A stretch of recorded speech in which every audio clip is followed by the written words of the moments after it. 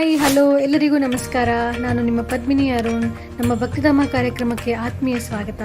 ನಾನು ಈ ವಿಶೇಷ ಸಂಚಿಕೆಯಲ್ಲಿ ಒಂದು ಪುರಾತನ ದೇವಾಲಯದ ಬಗ್ಗೆ ನಿಮ್ಮ ಬಳಿ ಹೇಳಲಿದ್ದೇನೆ. ಯಾರಿಗೂ ತಿಳಿಯದ ಅತ್ಯಂತ ಶಕ್ತಿಯುತವಾದ ಪಲ್ಲವರು ಚೋಳರ ಕಾಲದ ಮೂರ್ತಿಯನ್ನು ಒಳಗೊಂಡ ಒಂದು ದಿವ್ಯ ತಾಣದ ಬಗ್ಗೆ ಹೇಳಲು ಹೊರಟಿದ್ದೇನೆ. ಇಂತಹ ಒಂದು ಭಕ್ತಿಯ ಸೆಲೆ ಯಾವುದು ಅಂತ ಯೋಚಿಸ್ತಾ ಇದ್ದೀರಾ? ಹಾಗಾದ್ರೆ ಬನ್ನಿ ಈ ವಿಶೇಷವಾದ ದೇವತಾಣದ ಬಗ್ಗೆ ತಿಳಿಯೋಣ.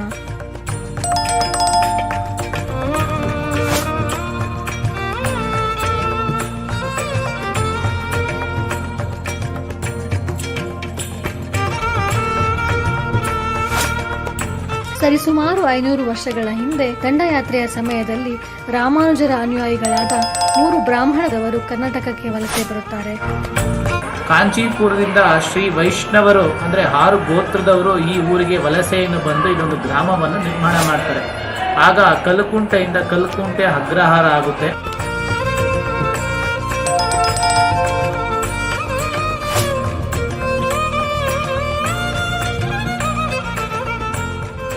ದಿವಾನರ ಕಾಲದಲ್ಲಿ ದಿವಾನರ ಆಳ್ವಿಕೆಯಲ್ಲಿ ಮೈಸೂರು ದಿವಾನದ ಪರವಾನಗಿಯೊಂದಿಗೆ ಒಂದು ಗ್ರಾಮವನ್ನು ಪಡೆಯುತ್ತಾರೆ. ಆ ಗ್ರಾಮದಲ್ಲಿ ತಮ್ಮದೇ ಆದ ದೇವಾಲಯವನ್ನು ಕಟ್ಟಿ ಪೂಜಿಸುತ್ತಾ ಬರುತ್ತಾರೆ. ಅನೇಕ ಬ್ರಾಹ್ಮಣರು ವಲಸೆ ಬಂದು ಇಲ್ಲಿ ನೆಲೆಸಿ ಈ ಒಂದು ಇದರಲ್ಲಿ ಈ ಒಂದು ದೇವಸ್ಥಾನವನ್ನು ಸ್ಥಾಪನೆ ಮಾಡಿದರು ಎಂಬುದಾಗಿ ಒಂದು ವಿಶೇಷವಾದಂತಹ ಅರ್ಥವಿದೆ.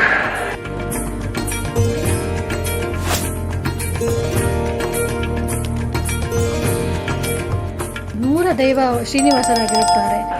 ಅಗ್ರಹಾರ ಆದ್ಮೇಲೆ ಒಂದು ದೇವಾಲಯನ ನಿರ್ಮಾಣ ಮಾಡೋಣ ಅಂತ ಹೇಳ್ಬಿಟ್ಟು ಈ ಜಾಗವನ್ನ ಪರೀಕ್ಷಣೆ ಮಾಡಿದಾಗ ಯಾವುದೋ ಒಂದು ಹಳೆಯದಾಗಿರತಕ್ಕಂಥ ದೇವಾಲಯ ಇತ್ತು. ಅಂದ್ರೆ ಇತಿಹಾಸಕಾರರಲ್ಲಿ ಮತ್ತು ಇಲ್ಲಿ ಸಿಕ್ಕಿರತಕ್ಕಂತಹ ಕುರುಗಳಲ್ಲಿ ಇಲ್ಲಿ ಶ್ರೀನಿವಾಸ ವಿಗ್ರಹ ಇತ್ತು ಅಂತ ಹಿರಿಯರು ಹೇಳ್ಕೊಂಡು ಬರ್ತಾ ಇದ್ರು.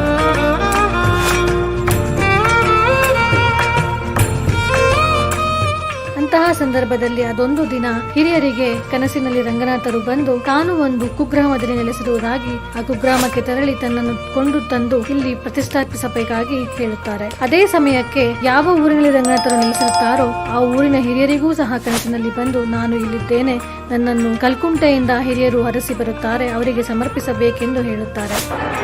ಮುಖ್ಯವಾಗಿ ಹೇಳುವುದೇನೆಂದರೆ ನಮ್ಮ ಮುತ್ತಜ್ಜ ಅವರ ಹೆಸರು ಕೃಷ್ಣಾಚಾರ್ಯ ಅಂತ ಹೇಳ್ಬಿಟ್ಟು ಅವರ ಕನಸಿನಲ್ಲಿ ನಮ್ಮ ಮೂರವರು ಅಂದರೆ ಅನಂತ ಪದ್ಮನಾಭ ನನಗೆ ಪೂಜೆ ಪುನಸ್ಕಾರಗಳು ನಡೆಯುತ್ತಿಲ್ಲ, ನಿಮ್ಮ ಒಂದು ಊರಿನಲ್ಲಿ ಈ ವಿಗ್ರಹವನ್ನು ಸ್ಥಾಪಿಸಿ ಪೂಜೆ ಪುನಸ್ಕಾರಗಳನ್ನು ಮಾಡುವುದರಿಂದ ನಿಮ್ಮ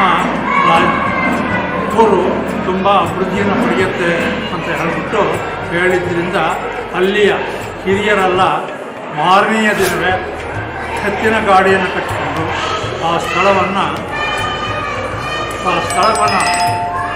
ತಲುಪಿದಾಗ ಇವರಿಗೆ ಕನಸಿನಲ್ಲಿ ಬಿದ್ದು ಪೊದರಿನಲ್ಲಿ ಈ ವಿಗ್ರಹ ಇತ್ತು.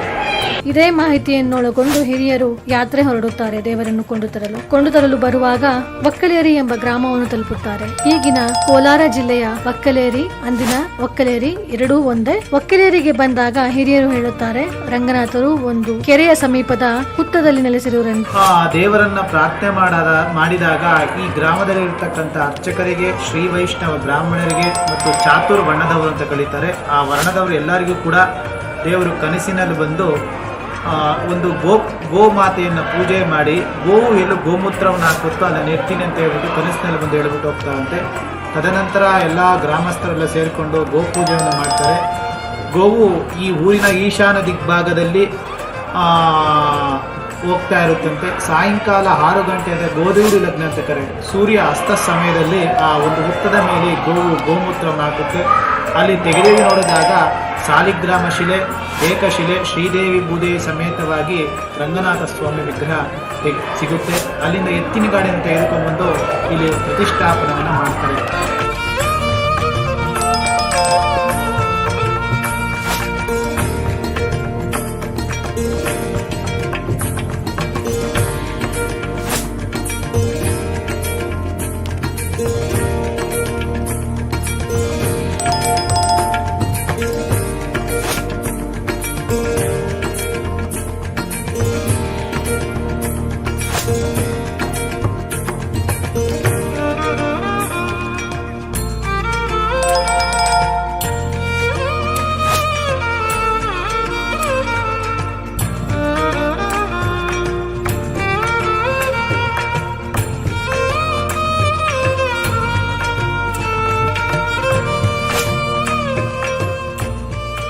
ಕಂಠವನ್ನು ಒಡೆದಾಗ ರಂಗನಾಥರ ವಿಗ್ರಹ ಕಂಡು ಬರುತ್ತದೆ. ರಂಗನಾಥರ ಕಾವಿಲಿಗೆ ಆದಿಶೇಷರು ಇರುತ್ತಾರೆ. ಹಿರಿಯರು ರಂಗನಾಥರ ವಿಗ್ರಹವನ್ನು ಎತ್ತಿನ ಗಾಡಿಯಲ್ಲಿಟ್ಟುಕೊಂಡು ಕಲ್ಕುಂಟೆಗೆ ತಂದು ಪ್ರತಿಷ್ಠಾಪಿಸುತ್ತಾರೆ. ಆ ಕೆರೆಯಲ್ಲಿ ಇರತಕ್ಕಂಥ ವಿಗ್ರಹ ಸಾವಿರಾರು ವರ್ಷಗಳ ಹಿಂದುಗಡೆ ವಿಜಯನಗರ ಸಾಮ್ರಾಜ್ಯದ ಕಾಲದಲ್ಲಿ ಎಲ್ಲೋ ಒಂದು ಜಾಗದಲ್ಲಿ ಪೂಜೆ ನಡೀತಾ ಇತ್ತು. ಈ ದಂಡಯಾತ್ರೆ ಕಾಲದಲ್ಲಿ ಉತ್ಸವ ವಿಗ್ರಹಗಳನ್ನು ಕೆರೆಯಲ್ಲಿ ಬಿಟ್ಬಿಡ್ತಾ ಇದ್ರು ರಕ್ಷಣೆಗೋಸ್ಕರವಾಗಿ. ಕೋಲಾರ ಡಿಸ್ಟ್ರಿಕ್ಟ್ನಲ್ಲಿರುವ ಈ ಒಕ್ಕಲೇರಿ ಗ್ರಾಮದಲ್ಲಿ ಆ ಒಂದು ಕೆರೆಯಲ್ಲಿ ಇದ್ದು ಅಲ್ಲಿಂದ ನಮ್ಮ ಇಲ್ಲಿ ಹಿರಿಯರಿಗೆ ಕನಸಿನಲ್ಲಿ ಬಂದು ನಾನು ಇಲ್ಲಿದ್ದೇನೆ, ನನ್ನನ್ನು ತೆಗೆದುಕೊಂಡು ಹೋಗಿ ಪೂಜೆ ಮಾಡಿ ಎಂಬುದಾಗಿ ಹೇಳಿದರು.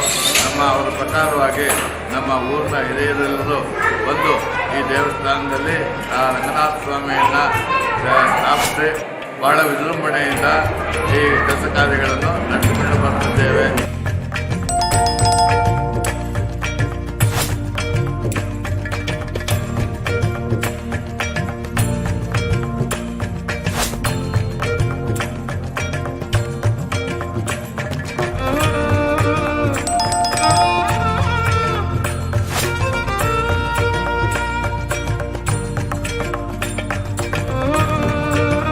ದೇವರನ್ನು ಕೊಂಡು ತರುವಾಗ ಆದಿಶೇಷರು ಅವರನ್ನು ಹಿಂಬಾಲಿಸಿ ಬಂದರೆಂದು ಪ್ರತೀತಿ ಇದೆ. ಈಗಲೂ ಸಹ ಹಲವು ಬಾರಿ ಆದಿಶೇಷರನ್ನು ಹಲವರು ಕಂಡಿದ್ದಾರೆಂದು ಕೂಡ ಪ್ರತೀತಿ ಇದೆ. ವಿಶೇಷವಾಗಿ ನಮ್ಮ ರಂಗನಾಥರು ಗರುಡ ಸಮೇತರಾದ ನಾಭಿಯಲ್ಲಿ ಬ್ರಹ್ಮದೇವರನ್ನು ಹೊಂದಿದ ಶ್ರೀದೇವಿ ಭೂದೇವಿ ಸಮೇತ ಮೂರ್ತಿ.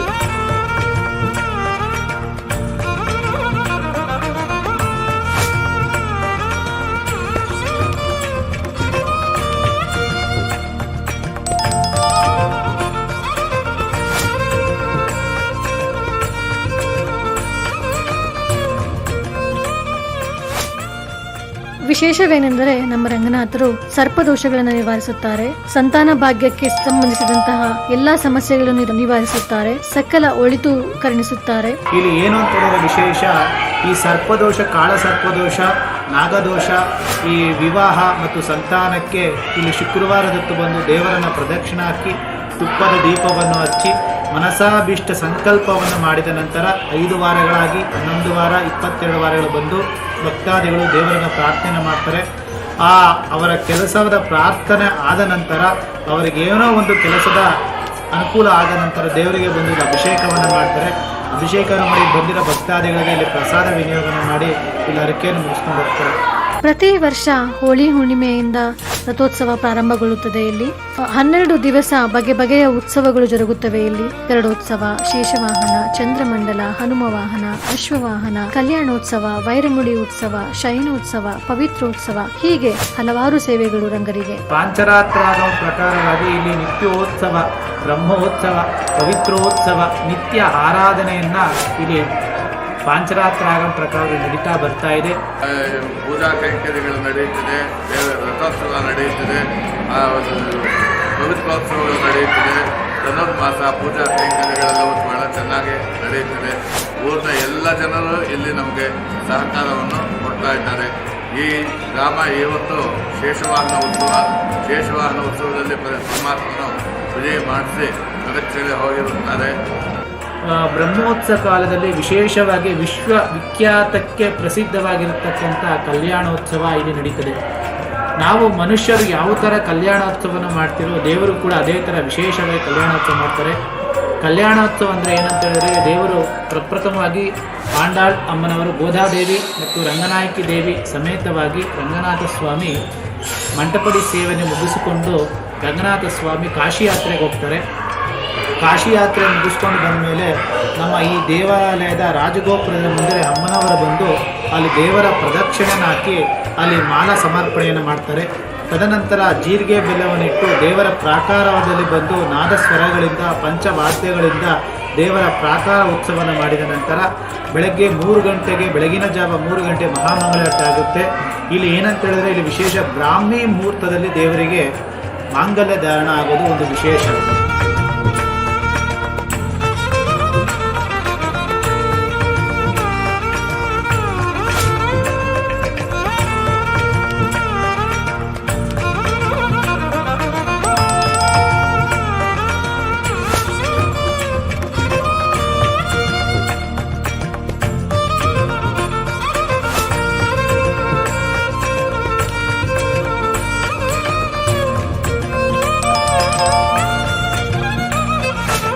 ಹಲವಾರು ಭಕ್ತಾದಿಗಳು ಬರುತ್ತಾರೆ, ದೇವರ ದರ್ಶನವನ್ನು ಪಡೆದುಕೊಳ್ಳುತ್ತಾರೆ, ದೇವರಿಗೆ ಹಲವು ಸೇವೆಯನ್ನು ಸಲ್ಲಿಸುತ್ತಾರೆ. ಸಾಮಾನ್ಯವಾಗಿ ಇಲ್ಲಿನ ಭಕ್ತಾದಿಗಳು ಎಲ್ಲ ದೇಶದಲ್ಲೂ ಕೂಡ ಇದ್ದಾರೆ. ಸಾಮಾನ್ಯವಾಗಿ 2013-14ರಲ್ಲಿ ನಮ್ಮ ಮಾಜಿ ಉಪ ರಾಷ್ಟ್ರಪತಿಗಳಾಗಿರ್ತಕ್ಕಂತಹ ನಮ್ಮ ಅಬ್ದುಲ್ ಕಲಾಂ ಅವರು ಕೂಡ ಈ ದೇವಸ್ಥಾನಕ್ಕೆ ಭೇಟಿಯನ್ನು ನೀಡಿರುತ್ತಾರೆ. ಮತ್ತು ಶಿವಕುಮಾರ ಸ್ವಾಮೀಜಿಗಳು ಕೂಡ ಇಲ್ಲಿ ದೇವಸ್ಥಾನಕ್ಕೆ ಭೇಟಿ ನೀಡುತ್ತಾರೆ. ಸತ್ಯ ಸಾಯಿಬಾಬಾ ಕೂಡ ಈ ದೇವಸ್ಥಾನಕ್ಕೆ ಭೇಟಿ ನೀಡುತ್ತಾರೆ. ಮತ್ತು ಆಂಡವನ್ ಸ್ವಾಮಿಗಳು, ರಂಗಪ್ರಿಯ ಸ್ವಾಮಿಗಳು ಮತ್ತು ಯತಿರಿಜಿ ಮೇಲುಕೋಟೆಯ ಯದುಗಿರಿ ಸ್ವಾಮಿಗಳು ಕೂಡ ಈ ದೇವಸ್ಥಾನಕ್ಕೆ ಬಂದು ಮಂಗಳ ಶಾಸನ ಮಾಡಿರ್ತಾರೆ. ಎಷ್ಟೋ ಜನ ಈ ದೇವಸ್ಥಾನಕ್ಕೆ ಬಂದು ಮಂಗಳ ಶಾಸನ ಮಾಡಿ ದೇವರ ಆಶೀರ್ವಾದದಿಂದ ಅವರ ಕುಟುಂಬವು ಕೂಡ ಸಮೃದ್ಧಿಯಾಗಿ ಎಲ್ಲ ಕಾರ್ಯಗಳಿಗೆ ಚೆನ್ನಾಗಿ ನಡ್ಕೊಂಡು ಬರ್ತಾ ಇದೆ. ಇಲ್ಲಿ ದೇವರು ಬಂದು ದರ್ಶನ ಮಾಡಿದ್ರೆ ಸಾಕು, ದೇವರು ಒಳ್ಳೆಯದನ್ನು ಮಾಡ್ತಾ ಇರ್ತಾರೆ. ಈ ರಂಗನಾಥ ಸ್ವಾಮಿ ದೇವಾಲಯ ಈ ನಮ್ಮ ಭಾರತ ದೇಶವನ್ನು ಮತ್ತು ರಾಮ ರಾಜ್ಯಕ್ಕಾಗಿ ಆಗಲಿ ಅಂತ ಹೇಳ್ಬಿಟ್ಟು, ಆದಿಯಲ್ಲಿ ಇದು ವೈಷ್ಣವರ ಜಾಗ, ಆದ್ದರಿಂದಲೇ ಕಲ್ಕುಂಟೆಗೆ ಕಲ್ಕುಂಟೆ ಅಗ್ರಹಾರ ಎಂಬ ಹೆಸರು ಬಂತು. ಕಲ್ಕುಂಟೆ ಎಂಬ ಹೆಸರಿಗೆ ಮೂಲ ಕಲ್ಕುಂಟೆ ಪ್ರಾರಂಭವಾಗುವ ಜಾಗದಲ್ಲಿ ಕಲ್ಲಿನಿಂದ ಕೂಡಿದ ಒಂದು ಕೊಳವೊಂದಿತ್ತು, ಅದರಿಂದಲೇ ಕಲ್ಕುಂಟೆ ಎಂಬ ಹೆಸರು ಬಂತು. ಬ್ರಾಹ್ಮಣರು ನೆಲೆಸಿರುವ ಜಾಗಕ್ಕೆ ಅಗ್ರಹಾರ ಎಂಬ ಹೆಸರು ಬಂತು. ಕಲ್ಕುಂಟೆ ಅಗ್ರಹಾರ ಎಂಬ ಪ್ರತೀತಿ ಬಂದಿದ್ದು ಬ್ರಾಹ್ಮಣರ ಜಾಗ ಮತ್ತು ಕಲ್ಲಿನ ಕೊಳವಿರುವುದರಿಂದಲೇ. ಇದು ರಂಗನಾಥ ಸ್ವಾಮಿಯ ದೇವಾಲಯ. ಈ ಊರಿನ ಹೆಸರು ಕಲ್ಕುಂಟೆ ಅಗ್ರಹಾರ ಎಂದು ಕರೀತಾರೆ. ಈ ಗ್ರಾಮಕ್ಕೆ ಬಹಳ ಪುರಾಣ ಪ್ರಸಿದ್ಧವಾದ ಇತಿಹಾಸವಿದೆ. ಬೆಂಗಳೂರಿಗೆ ಸುಮಾರು ಕೇವಲ ಒಂದು 40 ಕಿಲೋಮೀಟರ್ ದೂರದಲ್ಲಿದೆ. ಯಾರು ಬೇಕಾದರೂ ಬರ್ಬೋದು. ಬಂದು ಯಾವಾಗ ಬೇಕಾದರೂ ಅವರು ದೇವಸ್ಥಾನದಲ್ಲಿ ರಂಗನಾಥ ಸ್ವಾಮಿಯನ್ನು ದರ್ಶನ ಮಾಡಿ ಕೃತಾರ್ಥರಾಗಬೇಕೆಂಬುದಾಗಿ ನಾನು ತಮ್ಮಲ್ಲಿ ಪ್ರಾರ್ಥನೆ ಮಾಡುತ್ತೇನೆ. ಈಗ ತುಂಬ ಉತ್ತಮವಾದಂಥ ಒಂದು ದೇವಸ್ಥಾನ ಆಗಿದೆ. ಸಾವಿರಾರು ಜನಗಳು ಈ ಒಂದು ದೇವಸ್ಥಾನವನ್ನು ನೋಡಲಿಕ್ಕೆ ಒಂದು ತಮ್ಮ ಒಂದು ಸಂತೋಷವನ್ನು ವ್ಯಕ್ತಪಡಿಸ್ತಾ ಇದ್ದಾರೆ.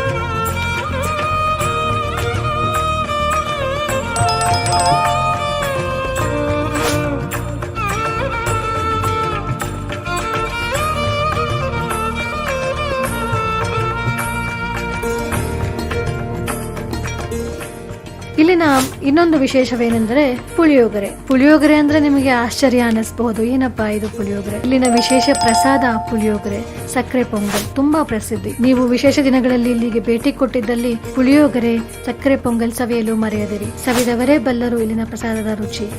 ಇಲ್ಲಿ ವಿಶೇಷ ಏನಂತ ಹೇಳಿದ್ರೆ ದೇವರಿಗೆ ಪುಳಿಯೋಗರೆ ತುಂಬಾ ವಿಶೇಷ.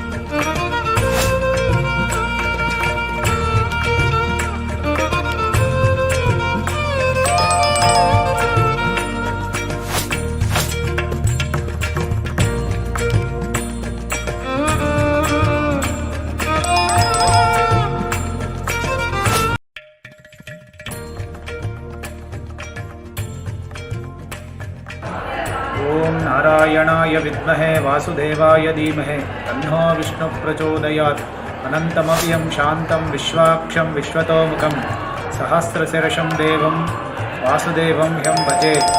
ಕಲ್ಕುಂಟೆ ರಂಗನಾಥ ಸ್ವಾಮಿ ದೇವಸ್ಥಾನಕ್ಕೆ ಪ್ರಪ್ರಥಮವಾಗಿ ಈ ಸಮೃದ್ಧಿ ಕ್ರಿಯೇಷನ್ಸ್ ಯೂಟ್ಯೂಬ್ ಚಾನಲ್ ಬಂದು ದೇವರಲ್ಲಿರತಕ್ಕಂತಹ ಆ ಶಕ್ತಿಯನ್ನು ಮತ್ತು ಆ ದೇವರ ಅಲಂಕಾರವನ್ನು, ಇಲ್ಲಿ ನಡೆಯತಕ್ಕಂತಹ ವಿವಿಧ ಉತ್ಸವಗಳನ್ನು ಬಂದು ಚಿತ್ರೀಕರಣ ಮಾಡಿರ್ತಾರೆ.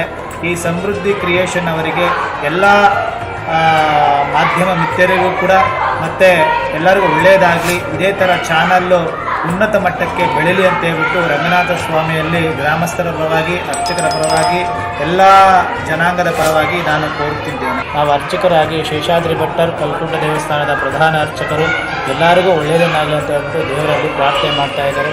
ಸ್ವಸ್ತಿ ಪ್ರಜಾಂ ಪರಿಪಾಲಯಂತಾಂ ನ್ಯಾಯೇನ ಮಾರ್ಗೇಣ ಮಹೀಮಹೀಷಾ ಗೋಬ್ರಾಹ್ಮಣೇಭ್ಯಂ ಶುಭಮಸ್ತು ನಿತ್ಯಂ. ಲೋಕಾ ಸಮಸ್ತಾ ಸುಖಿನೋ ಭವಂತು, ಸರ್ವೇ ಜನಾಃ ಸುಖಿನೋ ಭವಂತು, ಸಮಸ್ತ ಸನ್ಮಂಗಳಾನಿ ಭವಂತು.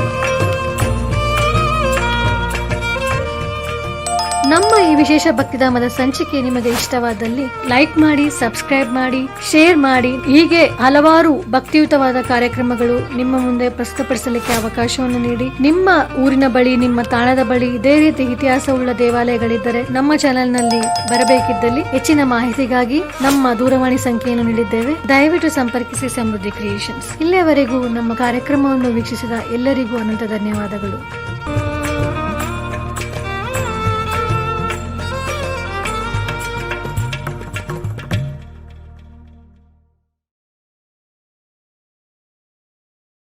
VisitTemples.com is a divine website which throws light about a particular temple. It tells you about the temple, where built, how built by whom, its architectural style, its telephonic contact number, and the temple's timing.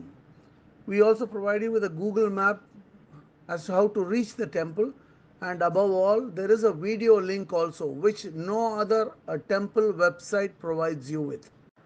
Kalkunte Sri Ranganatha Swami temple is located in a place called Kalkunte Agraharam in Hoskote Taluk of Bangalore Rural District in Karnataka State.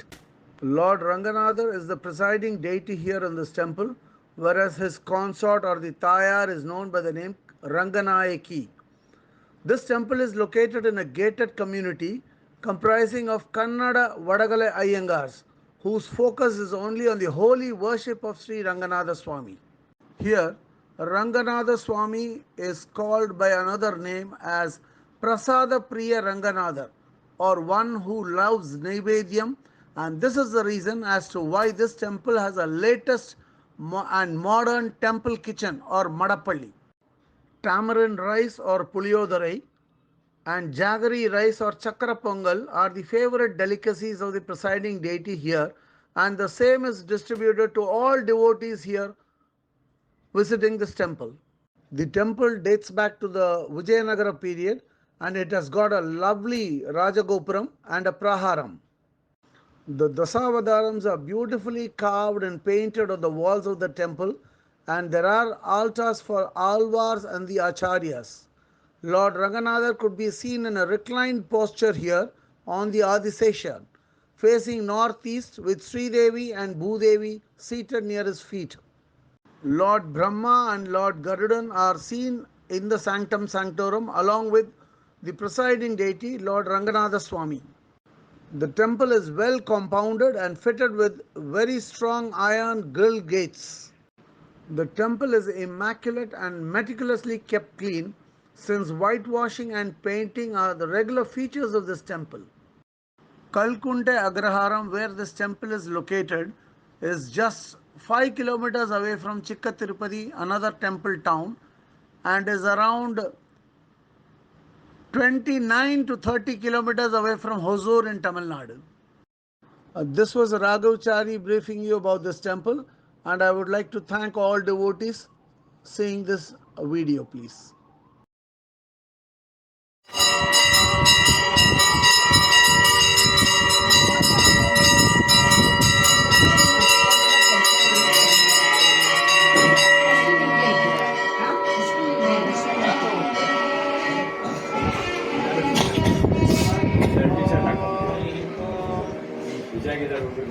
ಯಜ್ಞೇನ ಯಜ್ಞಮಯ ಜಂಗದೇವ ತಾನಿ ಧರ್ಮಾಣಿ ಪ್ರಥಮಾನ್ಯಾಸನ್ನ ದೇಹದಾಗಂ ಮಹಿಮಾನ ಸಜಂತೆ ಯತ್ರ ಪೂರ್ವೇ ಸಾಧ್ಯ ಸಂತಿ ದೇವಾ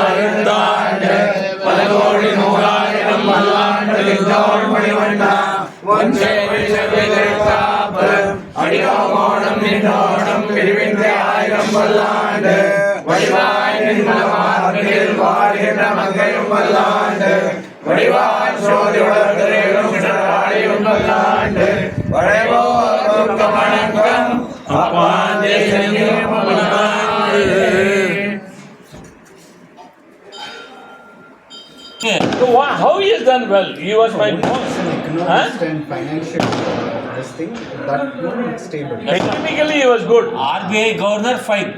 ಅದು ವರೆಗೂ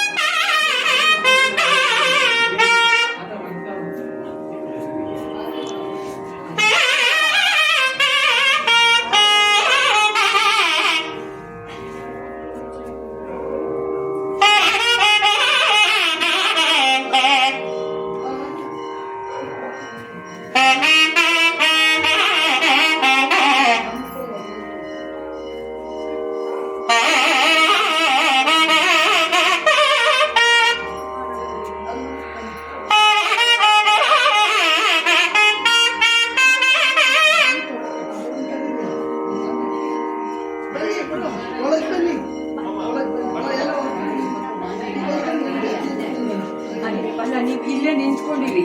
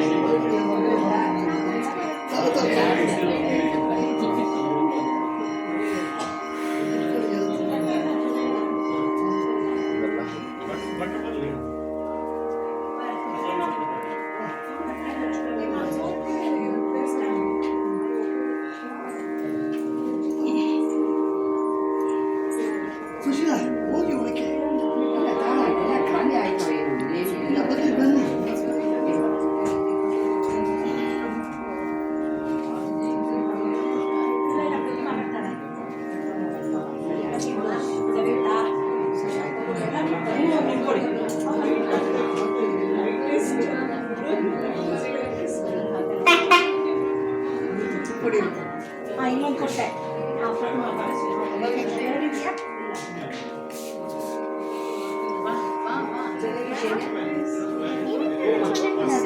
ನೀವು ಹಚ್ಕೋ ಬಲ್ಲ ಅಷ್ಟೇ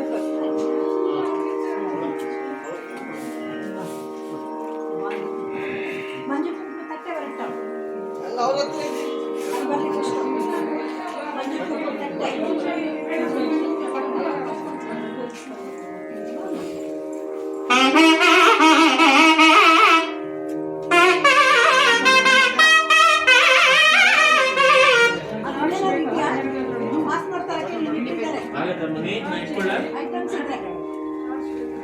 ಮೊಬೈಲ್ ಆಗಬೇಡಿ.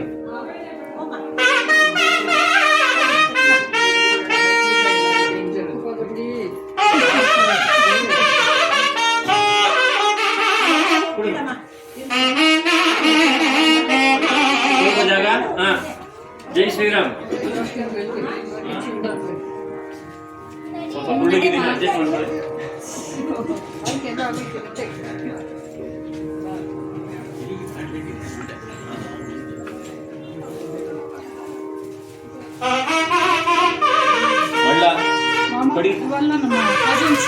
ಓಹೋ ವೆರಿ ನೈಸ್.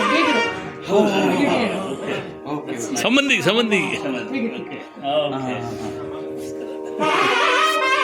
ಇವಳ ಹೆಂಗರ್ಕ ಅಮ್ಮ ಪಕ್ಕ ಸಂಬಂಧ ಎಲ್ಲ ಓಹೋ ಹೆಂಗರ್ಕ ಅವಳ ஆமா ஆ எங்க தாத்தா ಓನ್ ಬ್ರದರ್ಸ್.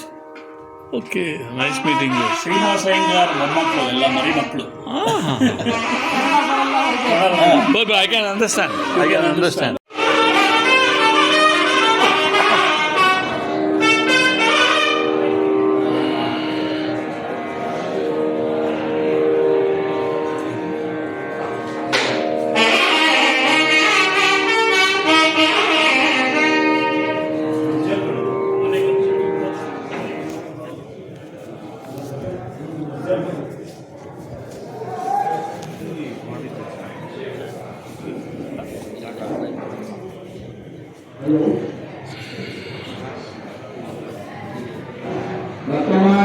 ವಿನಂತಿ, ಶ್ರೀ ರಂಗನಾಥ ಸ್ವಾಮಿಯ ಮನೆಯ ದಿವಸವಾದ ಇಂದು ಜೈನೋತ್ಸವ ಕಾರ್ಯಕ್ರಮ ನಡೀತಾ ಇದೆ. ಈಗ ನಮ್ಮ ಎಲ್ಲ ರಂಗಸರು ಡಾಕ್ಟರ್ ರಾಮ್ ಪ್ರಸಾದ್ ಶುಭಾಯ ಅವರ ಸುಪುತ್ರ ರಚಿತ್ ಅವರಿಂದ ಅತ್ಯದ್ಭುತವಾದಂತಹ ಪ್ರಯೋಗವಾದನ ನಡೀತಿದೆ. ತಾವೆಲ್ಲರೂ ಇಲ್ಲಿ ಬಂದು ಸಹಕರಿಸಬೇಕಾಗಿ ಕೋರ್ತಾ ಇದ್ದೇವೆ.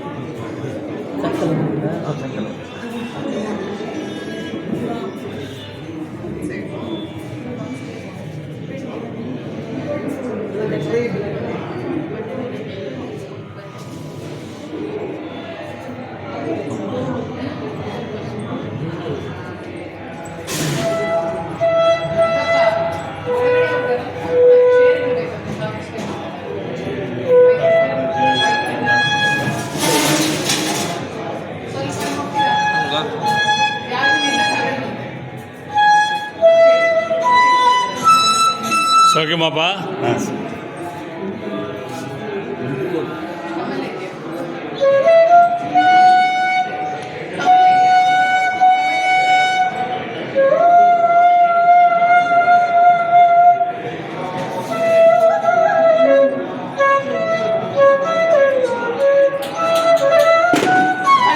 ಒಳಗಡೆ ಚೇರು ಇನ್ನೂ ಒಂದು ಹೊತ್ತು ಎತ್ಕೊಂಡು ಇನ್ನೂ ಒಂದು 4 ಹಾಕ್ಬೇಕಂತೆ ನೋಡಿ.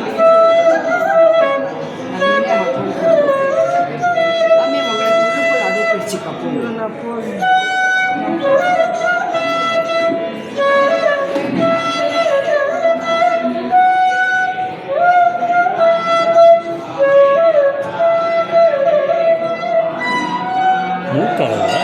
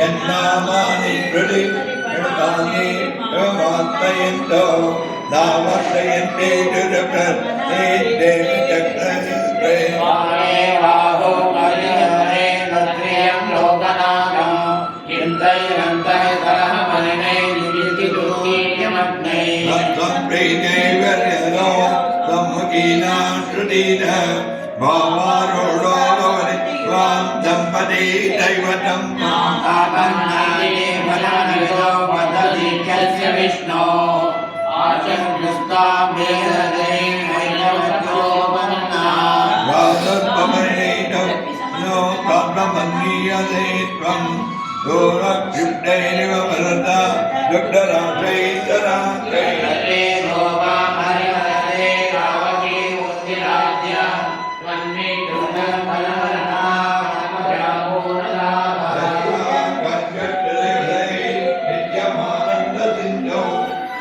ಿ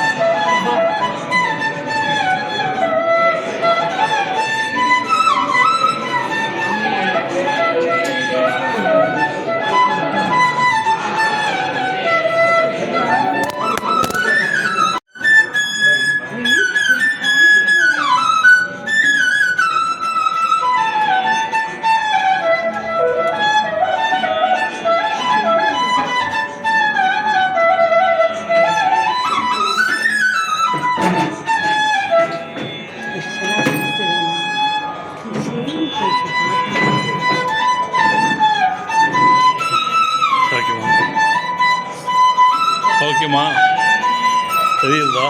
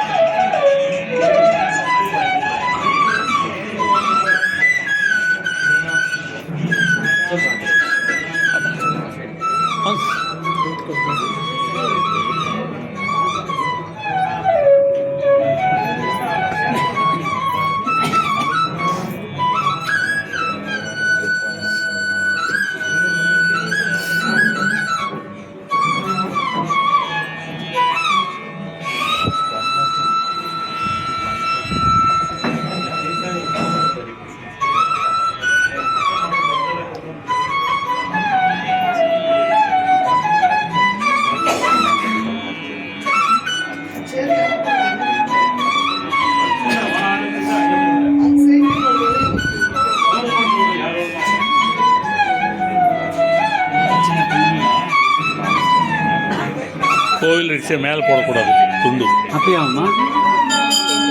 கட்டிக்கணும். உடம்ப பரவாயில்ல, யாரும் உங்களை பார்க்கல, உங்களை யாரும் பார்க்கல. மெலிஷா இருக்குது உடம்ப.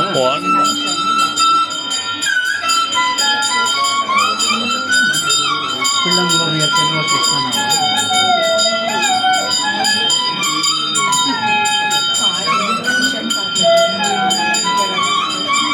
அங்கே போகலாம்.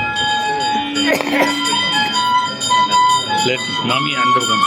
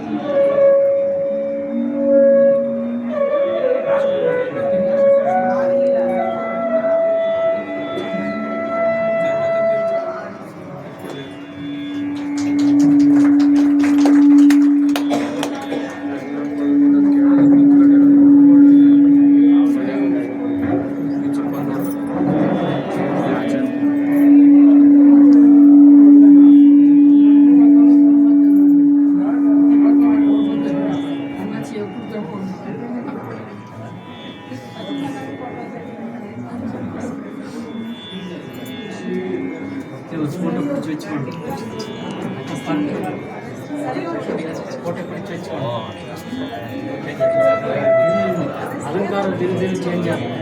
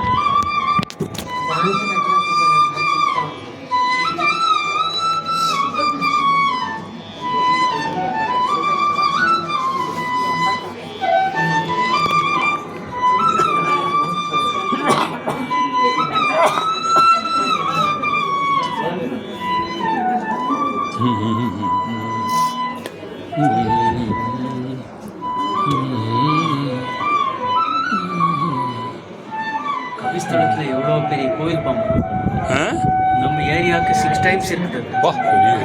பெரிய கோவில் ప్రాకారమే ఎత్తిన పెరిసి కవిస్తాడు அது சோழராம ராஜா கட்டியிருந்தம்மா ప్రాకారమే ఎత్తిన పెరిసా இருக்கு. பார்த்துக்கல தே நாட் லுக்ட் ஆஃப்டர் பரவாயில்ல இப்போ பெட்டர் நவ் மச் பெட்டர். நம்ம ஃபர்ஸ்ட் ஸ்ரீவித்யா கல்யாணத்துக்கு போனோம். அப்பொன்மேலுக்கு மணல் கொட்டி விட்டுருந்தாங்க. இப்போ நல்லா க்ளீனாக இருக்குது. People are looking after. ஆமாம் ஆமாம் ஆமாம்.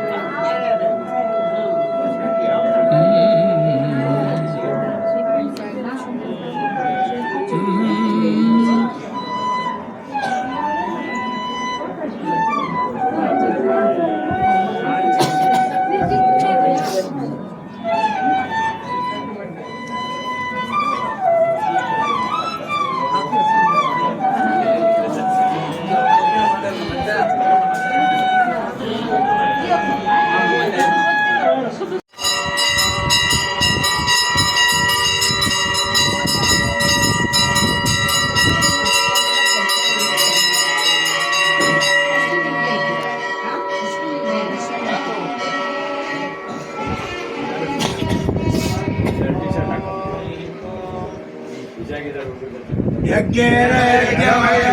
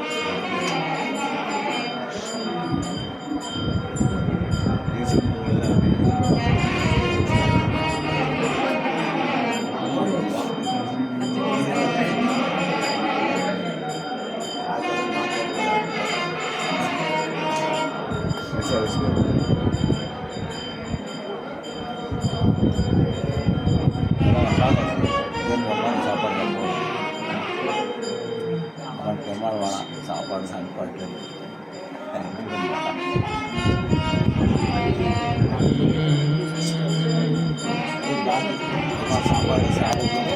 சாப்பிட்டு